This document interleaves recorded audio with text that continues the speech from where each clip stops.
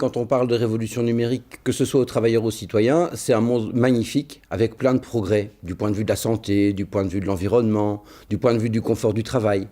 Mais en fait, la révolution numérique, bon d'abord, on pourra discuter de savoir si c'est un progrès ou pas, mais c'est surtout plein d'outils techniques différents qui se combinent les uns aux autres. Donc c'est à la fois la robotisation, l'Internet des objets, donc le fait que tous les objets deviennent connectés, donc communicants, suivant les instructions qu'on leur donne. Donc ils peuvent très bien surveiller les travailleurs, par exemple, ou éventuellement aider les syndicats à faire des combats, mais ça va dépendre de qui maîtrise les outils. C'est aussi ce qu'on appelle l'intelligence artificielle, donc finalement des programmes de logiciels ou des robots qui s'autocontrôlent ou s'autocorrigent et se gouvernent de plus en plus tout seuls. Par exemple, l'armée américaine teste des missiles qui choisissent eux-mêmes leurs cibles. Et donc on leur donne un objectif militaire et c'est eux qui vont choisir de bazarder un hôtel, un camp de rebelles ou un hôpital éventuellement si le missile estime que c'est la cible la plus adéquate. C'est également tout ce qui est big data, donc le fait d'avoir des logiciels qui soient capables d'exploiter toutes les données qu'on va récolter sur les gens à chaque fois qu'ils seront connectés. Et à partir du moment où tous les objets qu'on possédera seront connectés, mais on n'arrêtera pas de laisser des traces partout de nos connexions. Et on dit souvent que justement, les traces de notre vie privée et de notre vie professionnelle, donc aujourd'hui c'est la géolocalisation, mais ce sont aussi les profils, les goûts qu'on a, eh bien tout ça constitue finalement l'or noir du 21e siècle, parce que c'est comme ça que des sociétés, notamment comme Facebook, Google, font énormément d'argent. Et enfin, la révolution numérique, c'est aussi quelque chose de très important, c'est le mélange entre la biologie et le silicium. Autrement dit, il y a beaucoup de recherches aujourd'hui qui visent à mélanger des contenus informatiques avec des contenus biologiques, donc intégrer des prothèses numériques dans les corps d'animaux, mais aussi d'êtres humains. Eh bien, j'ai envie de dire que les conséquences, elles dépendent en partie de qui a le contrôle des techniques, et notamment de tout ce qui va être révolution numérique. Et là, il y a de quoi s'inquiéter parce qu'en fait, ceux qui contrôlent réellement ces techniques aujourd'hui, principalement, c'est d'une part les pouvoirs publics, mais surtout et aussi les sociétés multinationales. Et donc, quand je dis les sociétés multinationales, je ne parle pas de petits patrons de PME ou de petits artisans, je parle vraiment d'empires marchands, comme Google, comme Facebook, enfin il y en a beaucoup. Mais ce sont donc des sociétés hyper capitalistes, il n'y a pas d'autre mot à dire, qui n'ont mais vraiment rien à faire du sort des travailleurs, voire même des citoyens au sens large. Ça peut se voir à travers toute une série de pratiques qu'elles mettent en branle, même si elles sont très très fortes pour vendre leur image et se faire adorer des gens à travers une multitude de produits. Mais donc les conséquences concrètes, en tout cas les risques de conséquences concrètes, c'est la mise en concurrence de travailleurs avec un bon salaire et de bonnes conditions de travail, avec des statuts hyper précaires, genre des gens qui acceptent un boulot pour 2 fois rien sur des sites où on se fait tous concurrence. Le deuxième risque, c'est évidemment, comme on est déjà dans une situation de shopping législatif, où les entreprises multinationales font leur commerce en termes, tiens, je préfère le salaire polonais au salaire belge, ou je préfère ne pas payer d'impôts en Irlande par rapport aux impôts qu'on paye en France, c'est d'intensifier ça parce que le secteur numérique va justement permettre de fluidifier encore plus les flux d'échanges internationaux, voire de rendre délocalisable ce qui n'était pas délocalisable jusqu'ici, à savoir par exemple le commerce de proximité.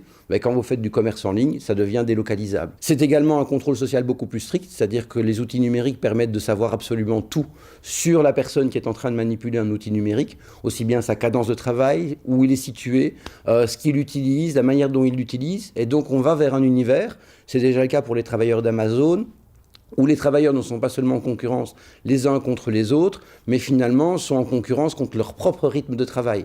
Donc si un jour j'ai vraiment été très bon et que le lendemain je suis un peu en deçà, on va me dire directement « Et là, qu'est-ce qui se passe là ?» Et donc voilà, c'est vraiment le risque, c'est d'avoir un contrôle social beaucoup plus accru si ces outils numériques finissent, comme pour l'instant c'est la tendance, à être entre les mains d'un groupe social particulier, à savoir des patrons qui sont des patrons de gros groupes multinationaux. Pour installer une technique quelle qu'il soit, souvent on a besoin de l'État. C'est un impératif, notamment en termes d'infrastructure, par exemple. Et dans le cas des outils numériques qu'on utilise aujourd'hui, il n'y aurait jamais tous les outils numériques qu'on connaît aujourd'hui s'il n'y avait pas eu des recherches, notamment américaines ou russes, dans la recherche spatiale. Parce que c'est ce qui a permis de miniaturiser beaucoup de composants et d'améliorer les performances en termes de supercalculateurs, de toute une série d'outils qui ont ensuite permis à des sociétés comme Apple ou Microsoft d'apparaître.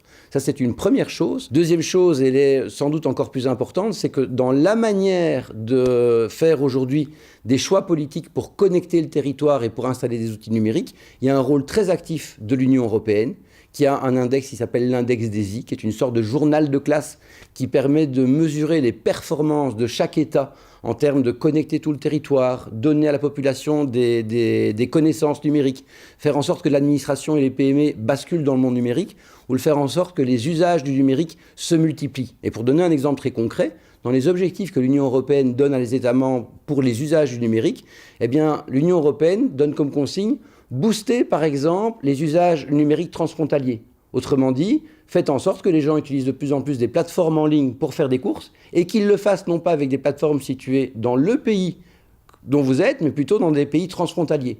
Mais si on veut booster le dumping social, le dumping fiscal et la délocalisation, c'est un moyen idéal. Et donc ce petit exemple-là, il montre bien que, il y a des choix politiques qui sont faits dans la manière dont on installe le réseau numérique et que ce choix numérique-là, il est malheureusement jamais mis en débat de société. Et donc ça se passe au niveau de l'Union européenne, au niveau des gouvernements nationaux et régionaux, mais rarement dans le débat public. Et ça, c'est vraiment un grave problème, à la fois de citoyenneté, à la fois pour le monde du travail, mais également pour l'avenir de tout le monde. À partir du moment où on vit dans un monde où on est déjà dans un monde de shopping législatif, où les États sont en concurrence les uns contre les autres, à partir du moment où on vit dans un monde où on invite les gens à se regarder en chien de faïence, j'aime pas les chômeurs n'aiment pas les étrangers ont peur de... Enfin, à partir du moment où on est déjà dans ces espèces de paranoïa qui est quand même travaillée à travers des décisions politiques, parce que, ben oui, on isole les gens et donc on leur donne la trouille, et par définition, comme on les précarise, eh ben, ils en veulent un petit peu à leurs plus proches voisins, à celui qui leur semble le plus près. Dans ce monde-là, on est dans une situation où finalement l'outil numérique vient un petit peu mettre de l'huile sur le feu. Parce que, ben, je reprends l'exemple de l'isolement. On dit tout le temps, tiens, mais le monde numérique, il va permettre de connecter les gens les uns aux autres. Mais en même temps, on a de plus en plus de gens finalement qui sont branchés sur des réseaux sociaux, mais qui sont, pour reprendre le titre d'un beau livre, seuls ensemble. C'est-à-dire qu'effectivement, ils sont en connexion tout le temps, mais en même temps, ils ne voyaient plus les gens autour d'eux. Par ailleurs, il faut quand même le dire, c'est que les outils numériques, à chaque fois qu'on invente un nouvel outil technique, ils repoussent des frontières. Il y a 3 siècles d'ici, on n'allait pas au fond des océans, on n'allait pas dans le ciel, on n'avait jamais visité la Lune. Et donc quand on invente des outils techniques, on crée aussi une capacité à faire des choses qu'on ne pouvait pas faire auparavant. Et si ces outils techniques sont aux mains de gens peu recommandables, c'est inquiétant. Si on développe les outils numériques tels que ça se passe aujourd'hui, non, ce ne sera pas un avenir radieux. Parce qu'en fait, pour résumer très brièvement, on a eu des moments dans l'histoire où l'État était vraiment du copinage entre des grands patrons et la sphère politique. Ça a donné lieu à ce qu'on sait durant le 19e siècle, à savoir des situations à la Germinal. Cette situation-là, elle existe encore dans beaucoup de pays du monde entier aujourd'hui. On a eu ensuite les conquêtes sociales et les mouvements sociaux qui ont inversé la tendance et qui en fait ont permis aux mouvements sociaux de mettre un pied dans la porte de l'État.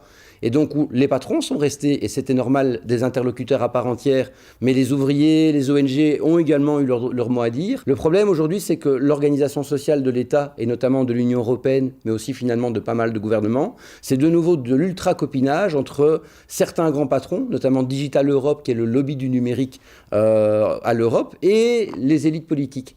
Et donc, c'est le problème, c'est que l'orientation dans laquelle on développe les outils numériques est une orientation qui vise à creuser les inégalités et on va dire à créer d'un côté des super riches et d'autre part à laisser les gens en plan sur le côté. Autrement dit, à une époque, on a créé des ponts entre les super riches et les pauvres qui ont créé la classe moyenne. Aujourd'hui, on est en train de redresser des murs. Et des murs avec une petite caste de super riches et beaucoup de pauvres. Alors concrètement, à quoi les outils numériques parfois peuvent servir pour donner un exemple très concret ? Il y a aujourd'hui des recherches menées par des laboratoires millionnaires pour transformer l'humanité. Et on fait 2 types de recherches. On fait d'une part des types de recherches qui visent à allonger l'espérance de vie en bonne santé de certaines personnes. Et puis on fait également des recherches pour essayer de faire en sorte que des gens puissent travailler plus longtemps sans avoir besoin de dormir. Des techniques qui vont permettre à une frange minoritaire ultra riche de se payer des services pour vivre en meilleure santé plus longtemps. Et puis des innovations techniques qui vont être implémentées sur des gens qui n'auront pas trop le choix parce qu'ils vont devoir trouver un moyen de vivre, qui vont en fait permettre de les rendre esclaves ou serviles de façon beaucoup plus accentuée et beaucoup plus forte que ce n'est encore aujourd'hui. Les alternatives, je dirais d'abord, au-delà du numérique, c'est recontrôler les multinationales, recontrôler l'activité de firmes qui sont aujourd'hui devenues des empires au sein des États et qui dictent un peu leurs lois pour beaucoup d'aspects. Ne prenons que l'optimisation fiscale et donc les politiques d'austérité. S'il y avait un contrôle de l'activité des multinationales à ce niveau-là, ça irait déjà beaucoup mieux. Contrôle de l'activité multinationale aussi, dans le sens large, dans tout ce qu'elles font à l'extérieur des pays dits démocratiques, parce que ce qui se passe en Afrique, ou en Asie ou en Amérique du Sud, c'est pas toujours drôle à voir et c'est pas toujours jojo. Ça, c'est une première chose. Contrôler aussi l'activité des multinationales en cessant d'être finalement leur relais. Combien de gens aujourd'hui n'arrêtent pas de dire c'est cool, je suis sur Facebook, c'est chouette, Google Mail, etc. Rendons-nous compte que ces outils-là, certes, ils existent, mais c'est quand même à chaque fois qu'on va faire un clic, on va y faire un passage, on est en train de nourrir des empires marchands qui se servent des millions et des milliards qu'ils accumulent pour développer des projets de société qui sont tout sauf des projets citoyens. Ce qu'on peut faire également, alors après il y a beaucoup de choses qu'on peut faire, mais c'est évidemment avoir un regard critique sur la technique. C'est-à-dire pas spécialement la refuser en bloc, mais s'interroger pas seulement sur le bienfait concret de telle application, mais prendre du recul pour s'interroger, tiens, mais qu'est-ce qu'elle apporte ici et ailleurs? Qu'est-ce qu'elle apporte aujourd'hui et dans le long terme? C'est Jacques Ellul qui disait ça. Et honnêtement, quand on fait ce bilan-là, ça permet d'avoir un point de vue plus nuancé sur la technique. Et surtout, recréons du débat démocratique autour de la technique. Parce que pour ne prendre que le cas des micro-fissures dans les centrales nucléaires belges, le fait que ce ne soit pas pour l'instant l'objet d'un débat politique ouvert avec la population, mais juste un échange de ping-pong de tel rapport d'experts, c'est grave, sachant ce que ça peut provoquer, le nucléaire, quand ça part en vrille. Et alors, enfin, je tiens à le dire, il y a des gens qui, pour construire des outils numériques, qui, pour construire des vêtements, sont absolument nécessaires, sont très mal payés, sont dans des conditions de vie encore plus indignes que ce qu'on connaissait, nous, au XIXe siècle, mais qui ne font jamais partie de notre débat société. Ces êtres invisibles, ils sont en République démocratique du Congo en train d'extraire du coltan. Ils sont en train de travailler en Chine pour Foxconn, qui est un des plus grands sous-traitants du numérique. Ce sont des esclaves, voire des gens qui sont tués par leurs conditions de travail. Si on voulait vraiment travailler à un monde de progrès et de plus grande humanité et de plus grande solidarité, on devrait, dans nos débats politiques, dans nos débats syndicaux, dans le débat des chefs d'entreprise, intégrer ces gens à la réflexion et veiller à essayer d'améliorer leur sort. Parce que finalement, si on a une chose à apprendre des populations qui ont vécu avec peu de choses, et je parle des Touaregs du désert, c'est que ce qui permet à l'homme de survivre dignement, c'est pas des outils numériques, c'est pas de la technologie, c'est de la solidarité et des valeurs fortes.